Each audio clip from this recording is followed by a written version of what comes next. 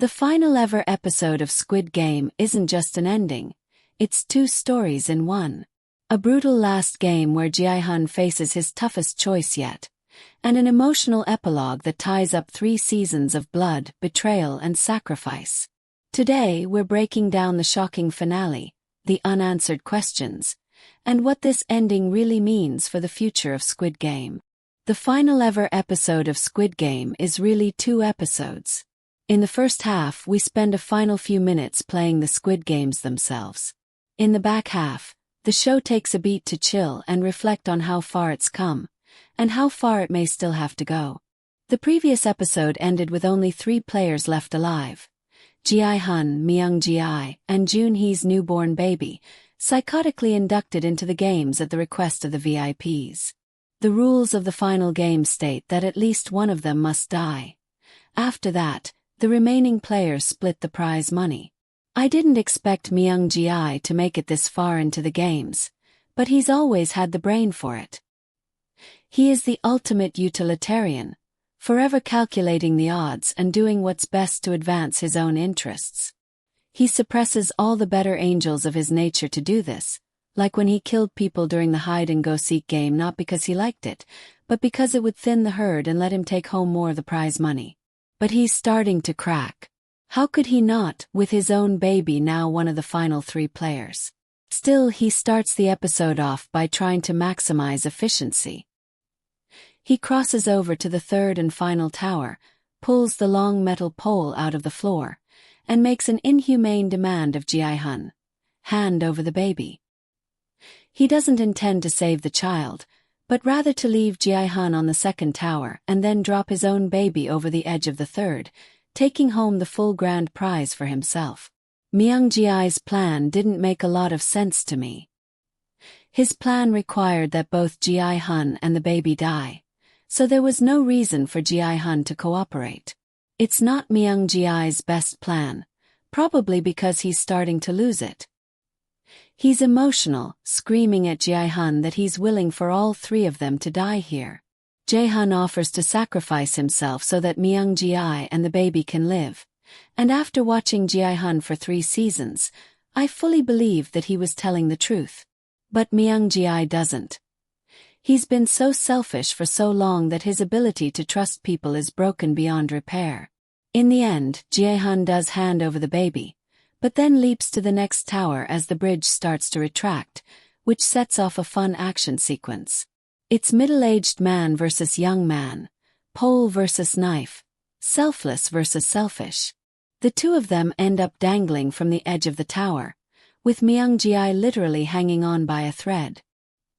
He falls to his doom, and suddenly Gi-hun and the baby are the only ones left.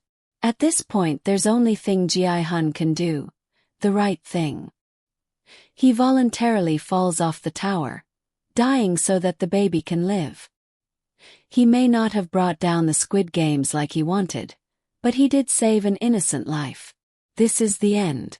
Meanwhile, Jun-ho finally arrives on the island. What's more, he's alerted the Coast Guard to its location, but it's too late to make any difference. The front man knows he's coming and initiates a good old-fashioned self-destruct sequence. He literally pushes a big red scary button and we see a 30-minute countdown begin. It's classic supervillain stuff. I assume the VIPs make it out okay. We don't see anything of them after Gi-hun's death. The guards evacuate the premises. That includes No Yul, who burns the records of all the contestants, including those for Jaeyoung-suk, whom she's been trying to protect all season. When she looks over her own records, we learn that her daughter, whom she left behind after she fled North Korea, has died. Finally, we have the key to understanding her. Everything she's done in the games has been out of guilt and regret. Her final good deed done, she's about to take her own life when she sees Gi-hun sacrifice himself for the baby. That gives her the inspiration to blend in with the rest of the guards and flee the island. The front man collects the baby and hightails it out of there, although not before having one last stare-down with his brother Jun-ho. But they don't actually have a conversation. Jun-ho leaves as well, the island goes up in flames, and that's the end of that. Epilogue. But it's not the end of the episode.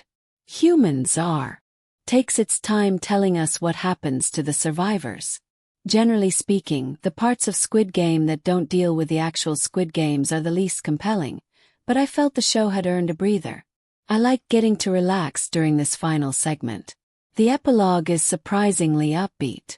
We learn that Choi Woo-suk went to prison after breaking into Captain Park's house a few episodes back, but it was only for 6 months.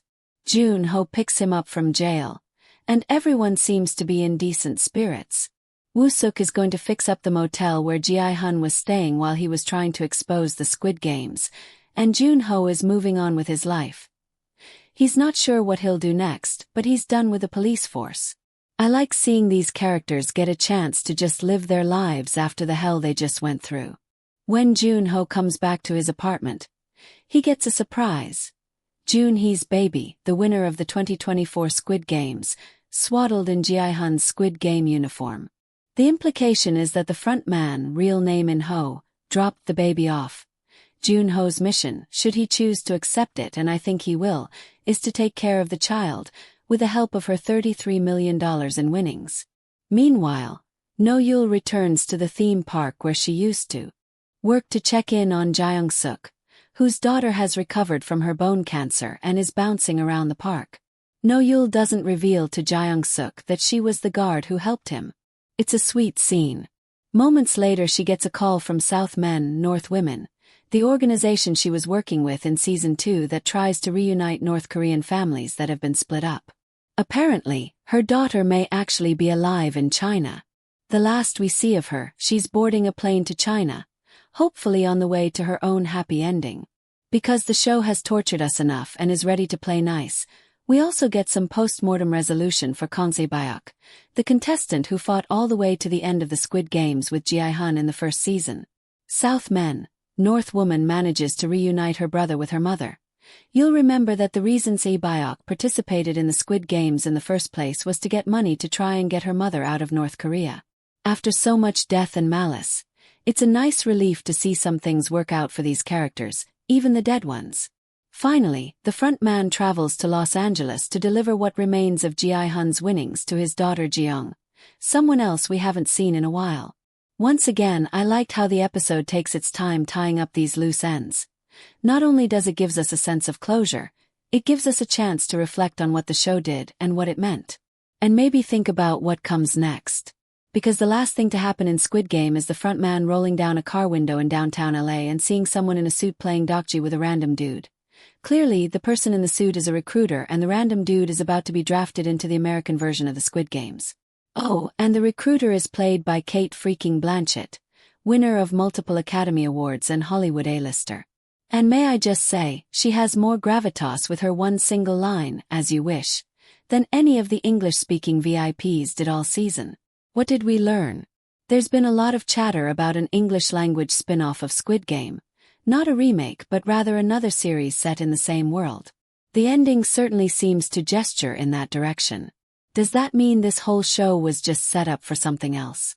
It's true that humans are left lots of things unresolved, or at least didn't resolve them as conclusively as a lot of fans were hoping. The Squid Game facilities on that one South Korean island are blown up, but does that matter when there are who knows how many others around the world? The VIPs, the people bankrolling this barbarity, got away. The games go on.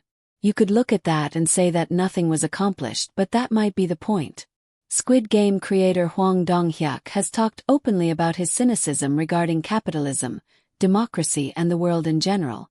I think part of the reason Squid Game has resonated with so many people is because it captures a feeling a lot of us have about modern life. That wealthy elites are hoarding all the resources and making the rest of us fight for scraps.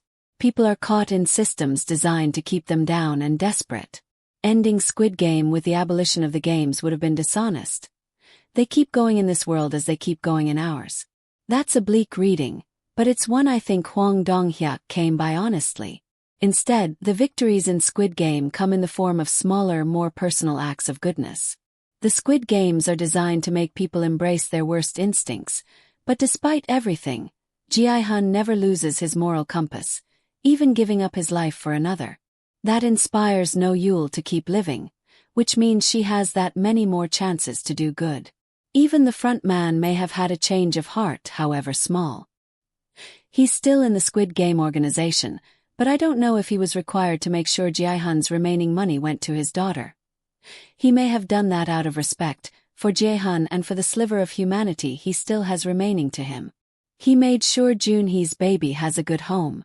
Like Noyeol, I think he was inspired by Gi-hun, although not enough to completely break with the Squid Games. There's something regressive and defeatist in that message.